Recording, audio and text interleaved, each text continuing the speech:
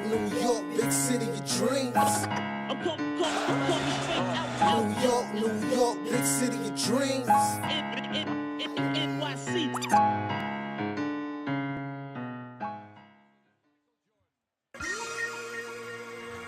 What's going on? This is Jay Ellis from Knick Of Time Show. Here to give you that Knicks talk just in the nick of time. And it's time to talk Knicks versus Magic. The Knicks on versus the Magic tomorrow night. So prepare for that epic matchup of the Knicks versus the Magic. We decided to put together a little bit of a preview show for you guys. But it won't just be us. We have a guest. But before we introduce the guest, first and foremost, I'm going to introduce you to my guy. It is the man, the myth, the legend. That's some facts.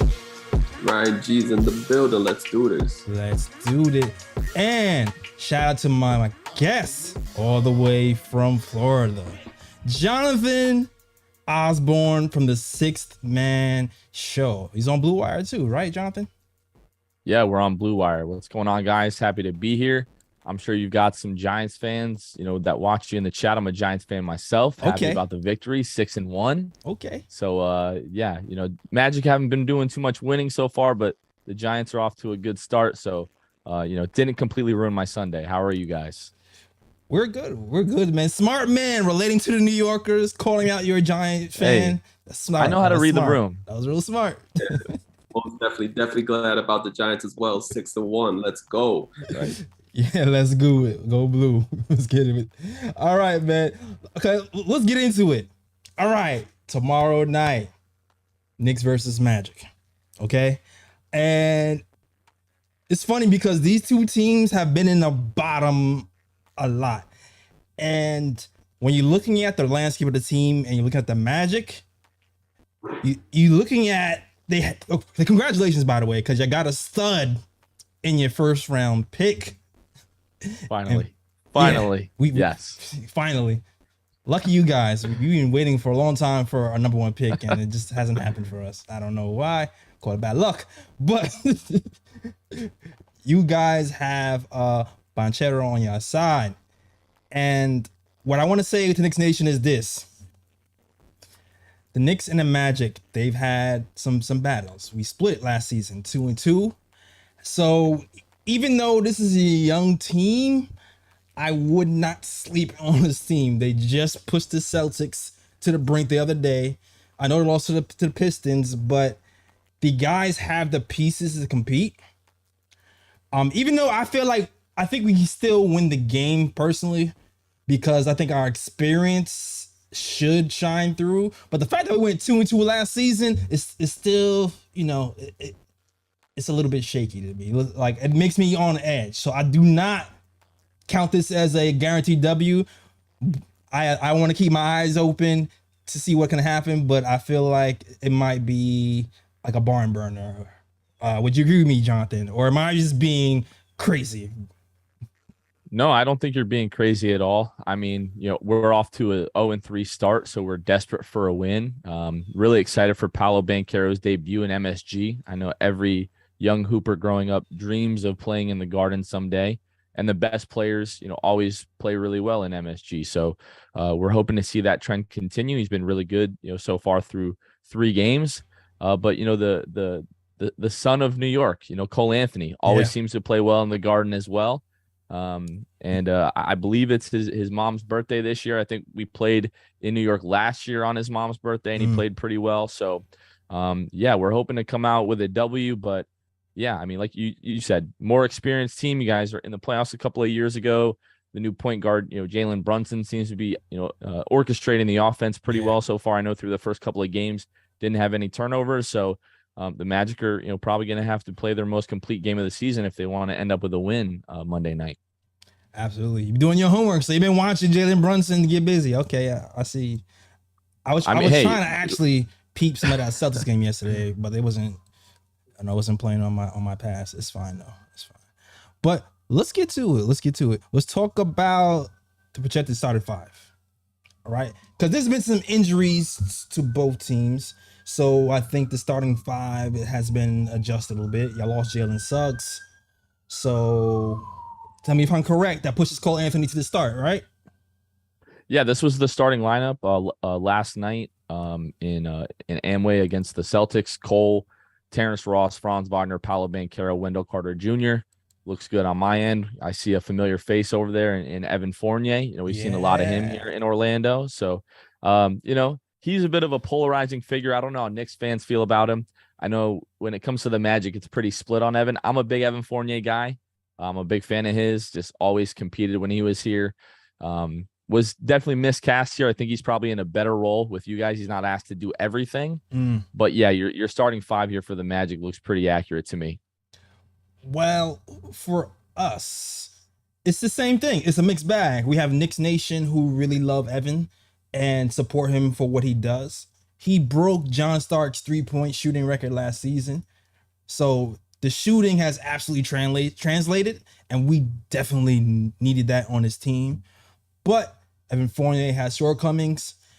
Defensively, he can be a liability at times. I'm sure you know that very well. Yeah. Sometimes he just takes a nap and doesn't realize that somebody's blowing by him. And sometimes it's just physical. But you take the good with the bad with Evan, which kind of brings me to this matchup that I'm probably most worried about in this lineup. Terrence Ross. A Nick killer.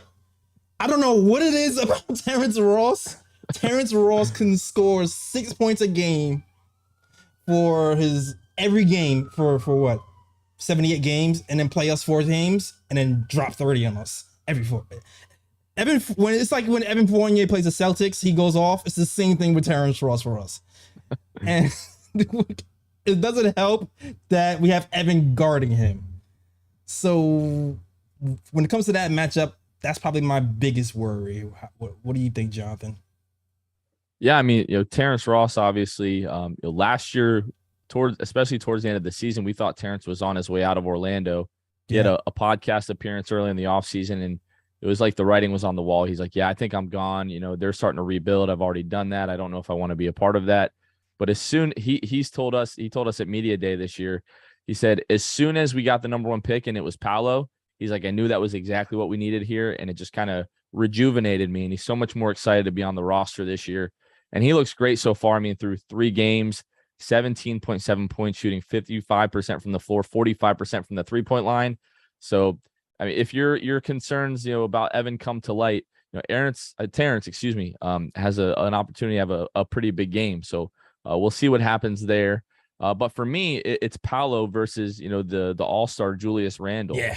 I think, you know, defensively, this is going to be, you know, one of the biggest tests that Paolo has had so far. And really looking forward to seeing, you know, how he responds going up against a player of Julius's caliber. Right. And looks like Ryan G has dropped out. His computer is having problems once again. Ryan, we got to keep that checked out, Ryan. We got to get that checked out. But yeah, I think that's the biggest matchup I'm worried about. Listen, if you guys haven't seen Paolo, he's a real deal. 3-level scorer, shoot threes, go to the hole. He has a little bitty game. He can also pass some.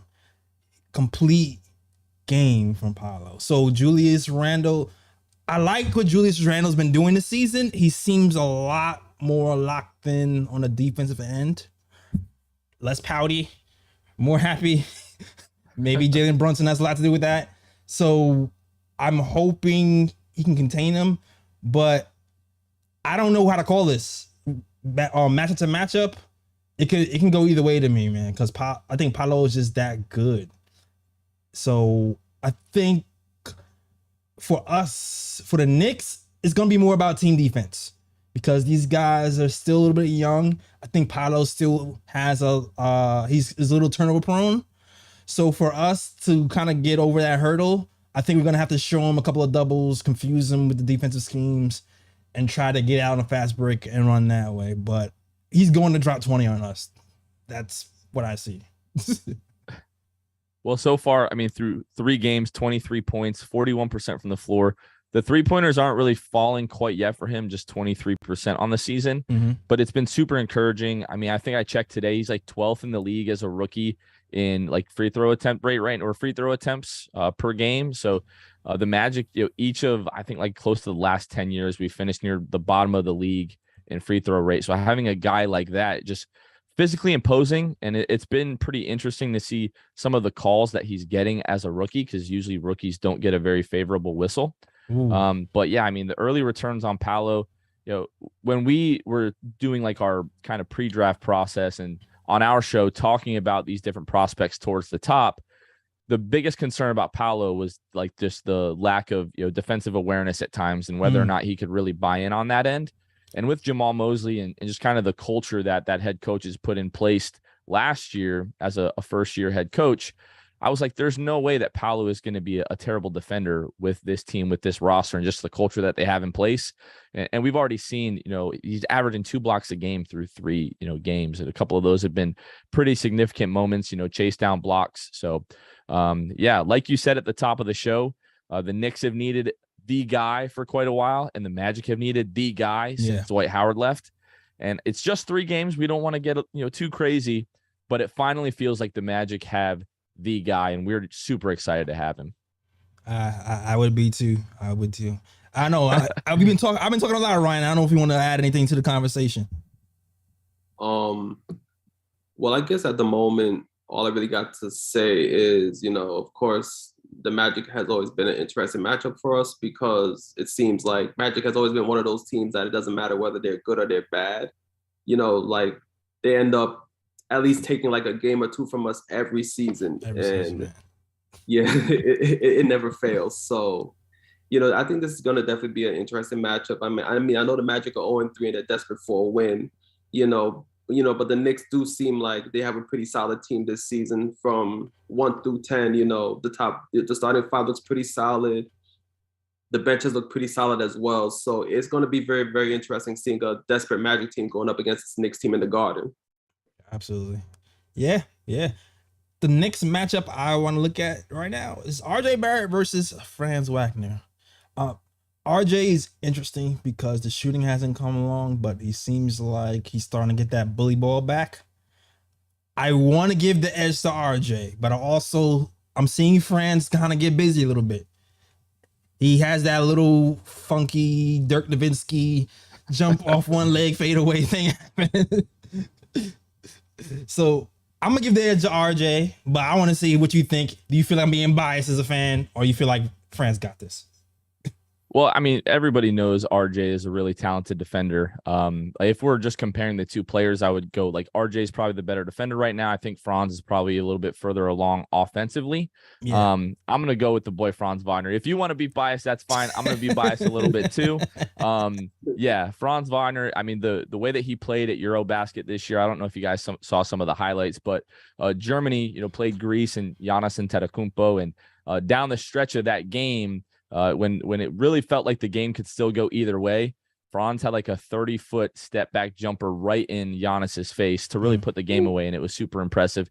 He struggled a little bit, finishing at the rim so far through the first 3 games, but I think that's just more of he needs to get back in rhythm after the long summer that he had with the German national team. We gave him some rest during training camp and throughout preseason, so he's still knocking a little bit of that rust off, I think, getting back into his rhythm. But we're big Franz Wagner guys here in Orlando. I mean, Paolo Banchero looks to be like the superstar of the future. We estimate that Franz is everything that you would want in a number 2. Can play a little bit of that point forward role, seems to get to the basket at will, moves his feet really well defensively, with guard smaller guys a lot better than you might think. Like against Atlanta, he was matched up on Trae Young a little bit and really didn't do all that bad of a job until Trae does Trae things. I mean, you guys know what Trae does at times. I don't want to get too personal here, but Trae went crazy, in the second half against us a few nights ago, and obviously we lost that game. But I think it is close, but I'm going to give the edge to my boy Franz. All right. Well, this is Nick's show, so we give him the edge to RJ Barrett. All right, gunshots to RJ. That's cool. That's cool. Some fun. Yeah, some fun. Yeah, I'm hoping the bully ball comes back. I just need RJ to hit those threes. He's been hitting the corner threes in preseason. He's been very cold during the season so far. But for RJ, he made a few really good passes yesterday. So I wanted him to keep that mindset of, yes, I can go to the hole whenever I want, but I don't always have to go for the layup. I can also set other teammates up. So that's what I really want to see from RJ Barrett. All right. Anything to add there, Ryan? Not really. You pretty much said everything right there. You know, if I have to choose between RJ Barrett and Franz Wagner, of course I'm gonna go RJ Barrett because that's our guy. And RJ Barrett, I do believe, is the better player at the moment. But you know, I don't want no Magic Knicks beef, so I'm just gonna leave it at that. Bring the beef. No, it's all love. It's all love. Yo, this matchup is like a difference in styles. That because we have the traditional center in Mitchell Robinson versus Wendell Carter Jr. Wendell Carter Jr. can shoot threes and he can pass a little bit. Mitchell Robinson is gonna make sure any mistake that Evan Fournier makes is erased, right? So it's funny. I'm not really sure how to grade this because they're so different. Like I feel like Mitch has gotten better guarding the three, and I think for Wendell to get off on Mitch, he's gonna have to hit the shot. And I'm not sure if Wendell's shot has been consistent for you guys, but I think that's the only way he might get the edge on Mitch with this matchup. Yeah, Wendell, you know, he hasn't gotten off to quite the start that I think some Magic fans had anticipated. I think he's averaging like 13 and 10, somewhere around there. He started off last season like really hot from the 3-point line and then kind of cooled off as the season went on. I think he finished just around or perhaps just below league average, you know, from behind the arc. This season, it's been a little bit rough for him, you know, behind the arc. I think the other night he went like 0 of 7 for 3 in Atlanta. I think he hit a 3 last night, but I think there might be something going on with Wendell's wrist. Not 100% sure. Okay. We flew up to the game the other night in Atlanta to watch the game. We sat pretty close to the Magic bench, and during warmups, he was like holding that right wrist, kind of grimacing a little bit, and then it was wrapped to start the game, but then it wasn't wrapped in the second half. I don't recall whether or not it was wrapped last night. So obviously that's his shooting wrist. Obviously that can, you know, throw off your shot if your wrist is bothering you whatsoever. So, but you know, Wendell is still going to do like all of the small things really well. You know, he's going to rebound. He's going to defend. He's going to keep his teammates, you know, involved. For a center, he's a really good passer, in my opinion. But Mitchell Robinson, I mean, he's given us fits, you know, for years. I know there was a game, you know, a few years ago. I think he had like 5 or 6 blocks against us. It just seems like you said it. Anybody that makes a mistake on the perimeter, Mitchell Robinson is there to erase that. So, you know, Cole Anthony, you know, being a smaller guard is definitely going to have to be conscious of that, you know, driving the lane with Mitchell Robinson. But, you know, we're hoping that's going to make some drop-off passes to Wendell, Paolo, Franz. All of those guys are really good cutters as well. But you definitely have to be careful of Mitchell Robinson when you're driving to the rim. Yeah, I think for the Knicks, the passing of Orlando, from what I've seen, is like off and on right now. If y'all don't pass, y'all might be in trouble. Cause I think you have like a low assist game. So the least y'all pass, the better it is for us. And maybe we can get out there and run on defensive stops. So hopefully that doesn't happen. And I think the 3-point shooting too, like I feel like a lot of hedges on you guys' ability to hit that 3. And if you hit that 3, it kind of opens things up for you guys. Similarly to us. It's the 3s in the defense for us as well. But yeah, the starting lineup, it's going to be interesting because I love Jalen Brunson. I think Jalen Brunson can bully Cole Anthony. Cole Anthony had the speed advantage over Jalen Brunson, so that's going to be an interesting matchup. Terrence Ross versus Evan Fournier. I give that edge to Terrence. Franz versus Barrett. I say Barrett. He says Franz. Julius Randle and Paolo. I don't know. They might cancel each other out. So this is going to be an interesting matchup. It's going to be a really interesting matchup. Knicks fans, I still feel like we're going to win. But it's going to be a barn burner. You're going to scrap this one out. It's not going to be easy. All right. You already saw what happened with them in the Celtics. It came close. Tatum had to just drop 40. All right. So let's not sleep. Crazy. Now let's get to this bench and then get out. So here's my thing. I feel like Emmanuel Quickly is going to end up taking a lot of Evan Fournier's minutes because of the defense. So I feel like Evan's gonna get torched, and then quickly he's gonna play more minutes and end up guarding Terrence Ross at some point. But let me know, is this the projected bench you see? Yeah, this looks pretty accurate. We're missing a lot of guys right now. Jalen Suggs is out. Markelle Fultz is still out. Gary Harris is out. Jonathan Isaac is out. Mo Wagner is out. So yeah, this because of all those guys being out. Kavon Harris is actually one of our two-way guys. We expected him to play a lot more in the G League this year with the Lakeland Magic, the Magic's G League affiliate. But going down the rest here, Chuma Okeke, RJ Hampton, Bol Bol. Bol Bol's been pretty exciting for us. I know there's a lot of Bol Bol fans out there, even if they're not necessarily Magic fans. And then Mo Bamba. I mean, that looks pretty good to me. That's most likely what it's going to be, I think. So who's the greatest offensive threat here? Because I feel like I feel like for the Knicks, we have to worry about the defense of Bobo and Mo Bamba. Specifically Bobo, because I've seen him do some crazy things where he's like running up to kind of Mitch like, where he's like running up to the 3-point line, blocking jumpers. Am I right on that? Who is there like a real offensive threat here? Because for me, I feel like this is where we have the advantage. But so also we have to be careful because of you guys' defense from these 2 7-footers. Yeah, Bol the other night in Atlanta did something I've never seen before. I forget who it was left open in the left corner, but Bol was inside the paint near the left block, and the ball got swung to the left corner, and it looked like a wide open 3. A kid behind me even goes, "Oh man, the Hawks having a wide open 3." Again, Bol, both feet are in the paint. He closes out, elevates, and blocks the shot of this open 3-point shooter. I'd never seen that happen before in my entire life. The dude is legitimately an alien. When we saw him at Media Day, this is my first time seeing him in person. We had already, met with Mo Bamba, and Bol walks up, and Bol makes Mo Bamba look kind of short. It's really pretty crazy. Honestly, the biggest offensive threat, I think, in this second unit here, it might be Bol. Like Bol has flashes where he brings the ball up, is taking spot up jumpers. He can hit an open 3. We've seen him having a little bit of an ability to drive to the rim. I know a lot of Magic fans are asking him to be a bit more aggressive offensively, but most likely it'll probably be RJ Hampton or Mo Bamba. RJ Hampton is really going to run the point guard in that second unit, and then Mo Bamba on any given night can knock down 3 or 4 threes as long as he's left open. So, but don't rule out Bol. There is a chance it's Bol. So Bobo's the X factor. RJ Hampton is running the point. Yeah. Got you.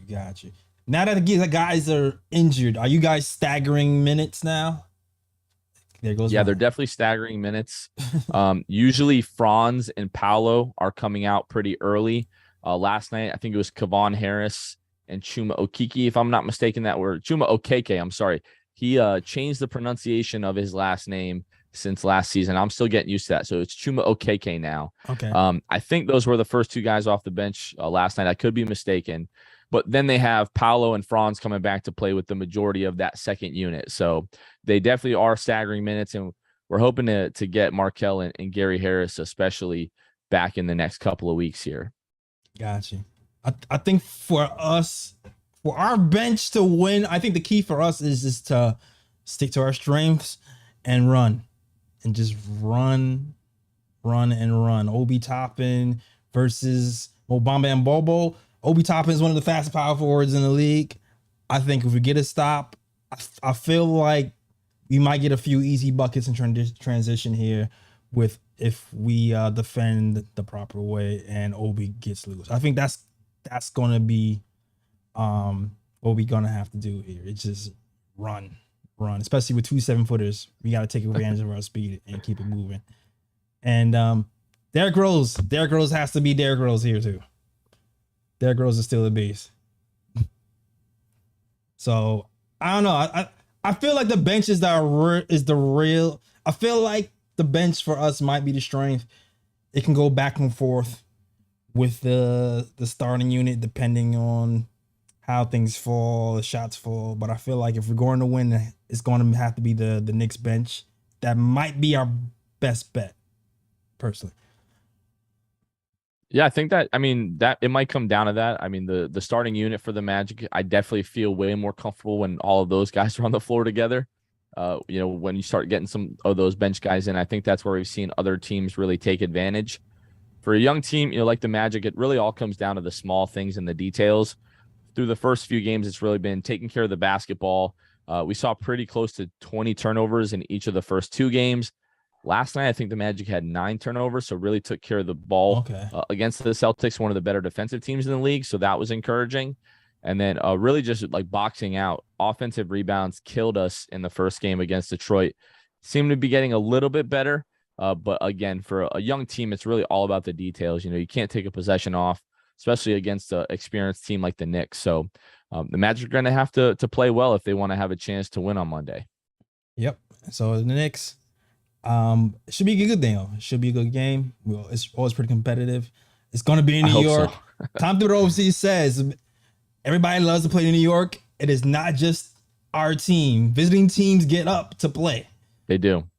Especially, people who were born here, like Cole Anthony. Keep my eye on him. Mo Bamba is from New York as well, so keep an eye on him.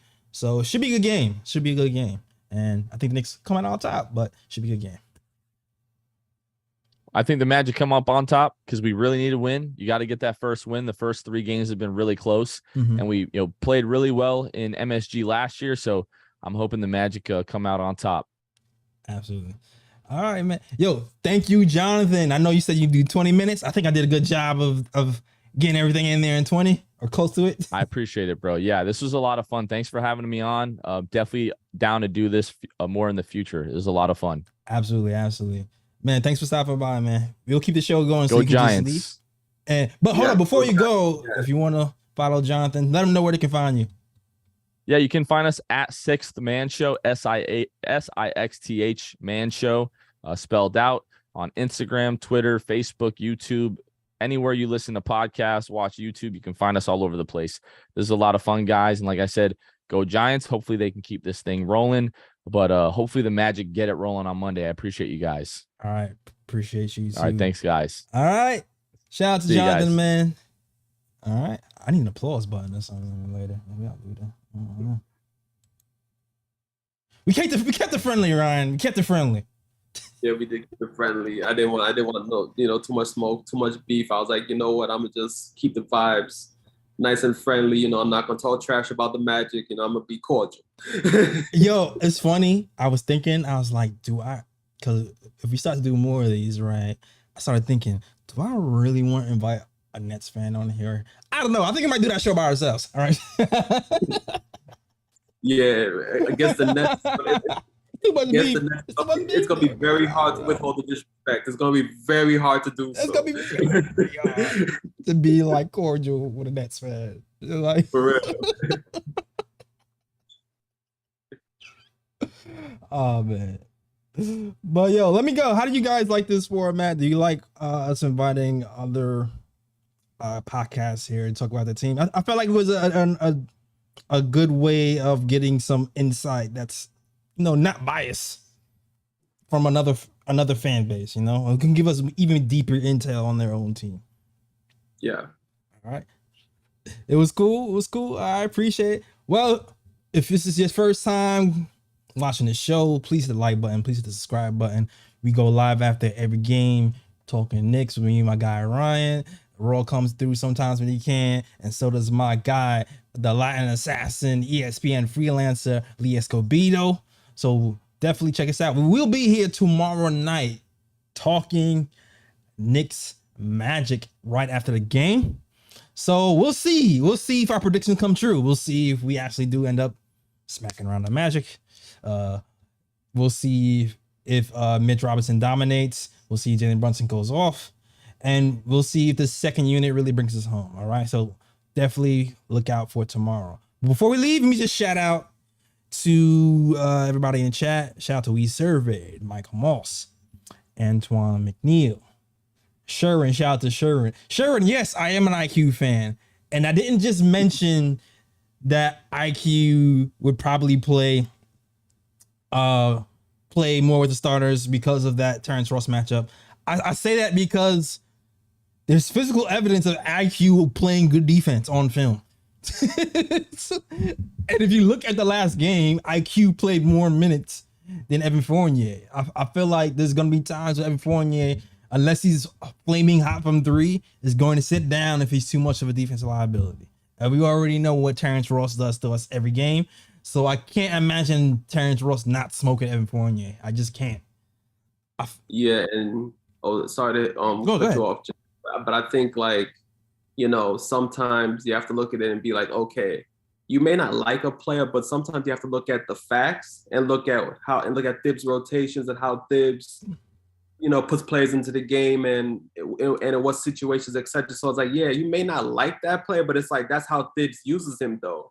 And it's factual evidence that IQ did play more last game than Fournier. And if Fournier is a defensive liability, then more than likely IQ will be the one to come into the game to play in Fournier's place, or, you know, maybe it might be a Cam Reddish, but more likely it's going to be IQ. So it is what it is. It is what it is.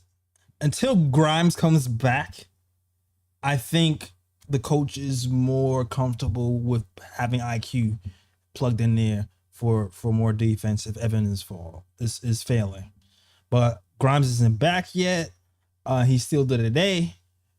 So we're gonna have to wait and see on Grimes. So it would be nice though if Cam Reddish stepped up and became that defensive guy and gained the trust of the coach as a 6'8" guy with a 7-foot wingspan. It would be nice if he stepped up and took that role. Yeah. All right. Anything to add to that? It's funny because if you was on Knicks Twitter, it's been like an absolute bloodbath on Knicks Twitter. Yo, man. I've never seen so much drama after a double-digit win in my life. Knicks Twitter is a different animal, man.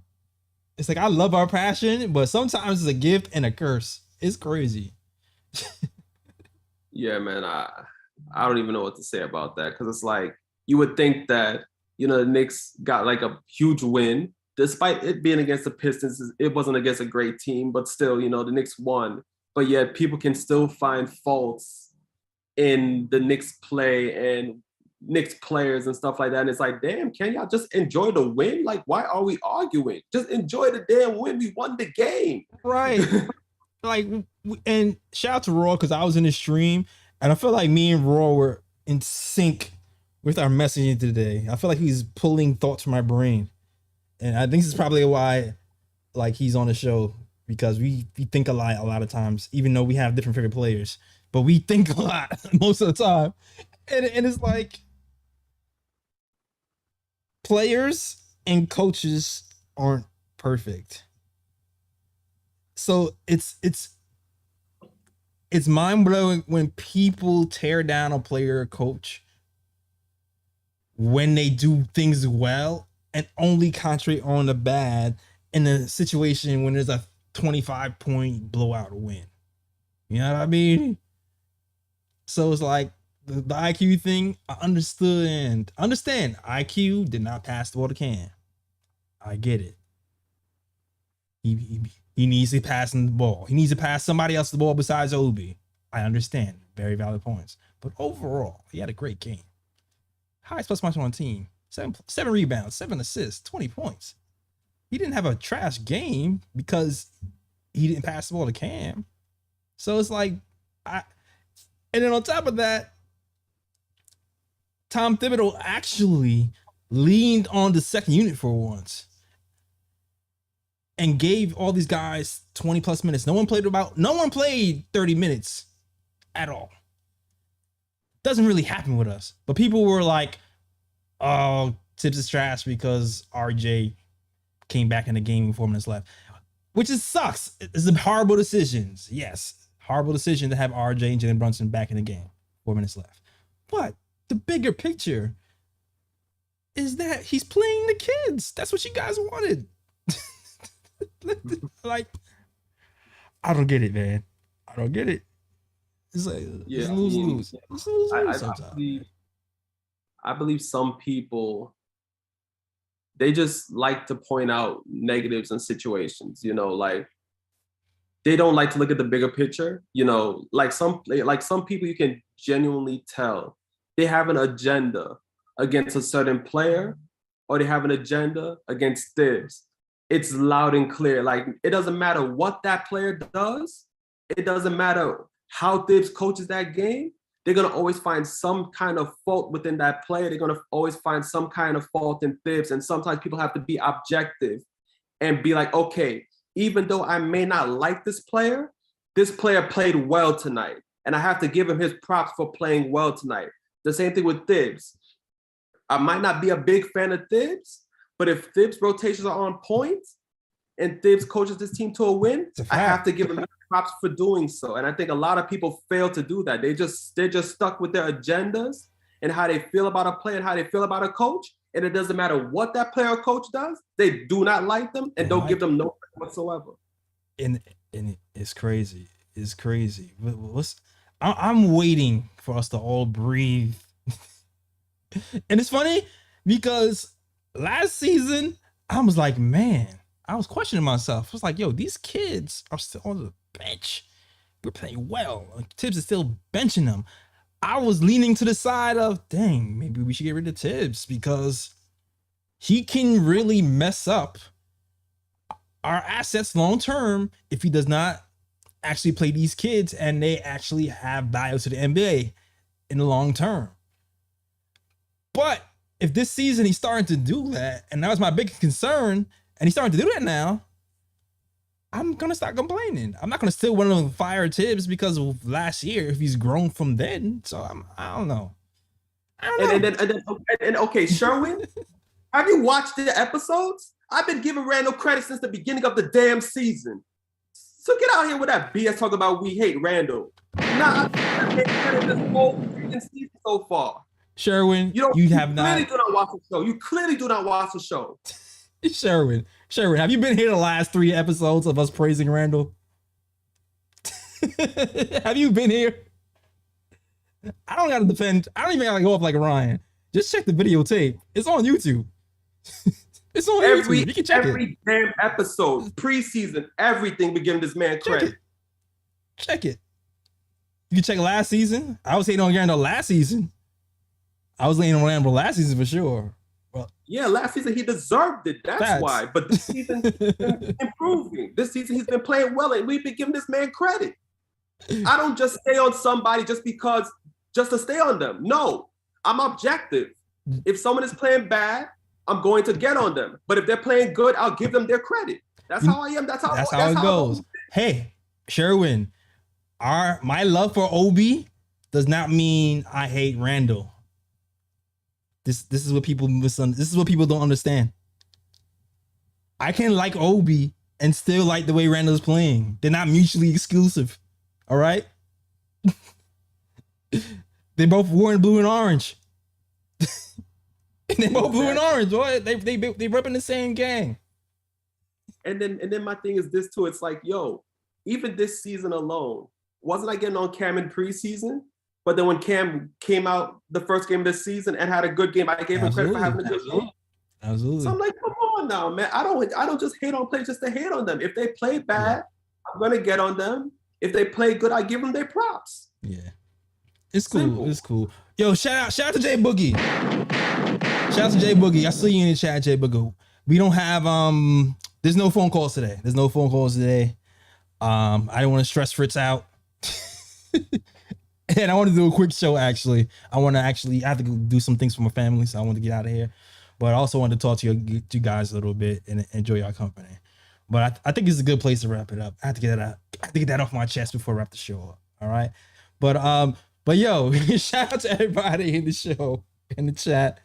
Shout out to Mansa, Deshaun, Hardwill, Demetrius Barnes, Still Dre, Jay Boogie, New Yorker, CFA 2618. Shout out to Shurin. Shout out to my guy Nuggy Fresh in the building. Oh, shout out to Nuggy Fresh, who actually gave the idea to see about this Fubu TV thing. If you didn't know, if you go to FubuTV.com/KOT, right, you can watch MSG free on Fubu TV/KOT for 7 days. Now I know it works for New Yorkers. Somebody said they couldn't find MSG when they tried it. I know it works for New Yorkers. So try it out. And you'll have it free for 7 days if you don't have Fubo TV. And if you actually pay for Fubo TV, it's no, what do you call it? There's no contracts or anything. You can cut off whenever you want.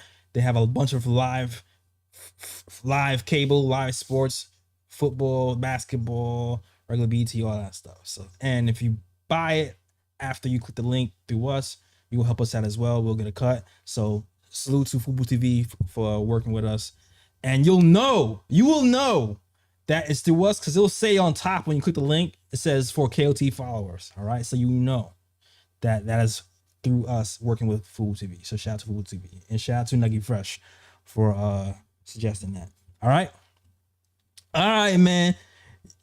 All Giants are down. Oh, okay. All right. That's our show, man. Appreciate you guys rocking with us. We will be here tomorrow talking Knicks Magic live. All right. So Ryan G, let him know where he can find you, sir. You can find me on Instagram at Sir G is chillin'. Sir G is chillin'. That's SIRG is CHILLIN. You can also find me at Sir G's Corner. Content will be coming soon. You can also follow me on Twitter at RyanGKOT. And let's go Giants. Let's 6-1. We outside, okay? We outside. in here. Let's go. Right. Yo, and before we leave, hit that like button, man. Get those likes up. Get those like up and subscribe to the channel as well. But definitely hit the likes. It's going to help the algorithms push us up. I can't even say algorithms. Algorithms. It's going to help the algorithms push us up and help us get seen, get bigger, better, better. And we can even bring bigger, better guests to the KOT show and grow this thing out. All right. That is our show. And as always, shout out the Worldwide West. Everywhere we go, we leave a worldwide mess. It's a mess out here in these Knicks YouTube streets and Twitter streets. That is our show. We out of here. Peace. New York, big city of dreams. New York, big city of dreams. NYC.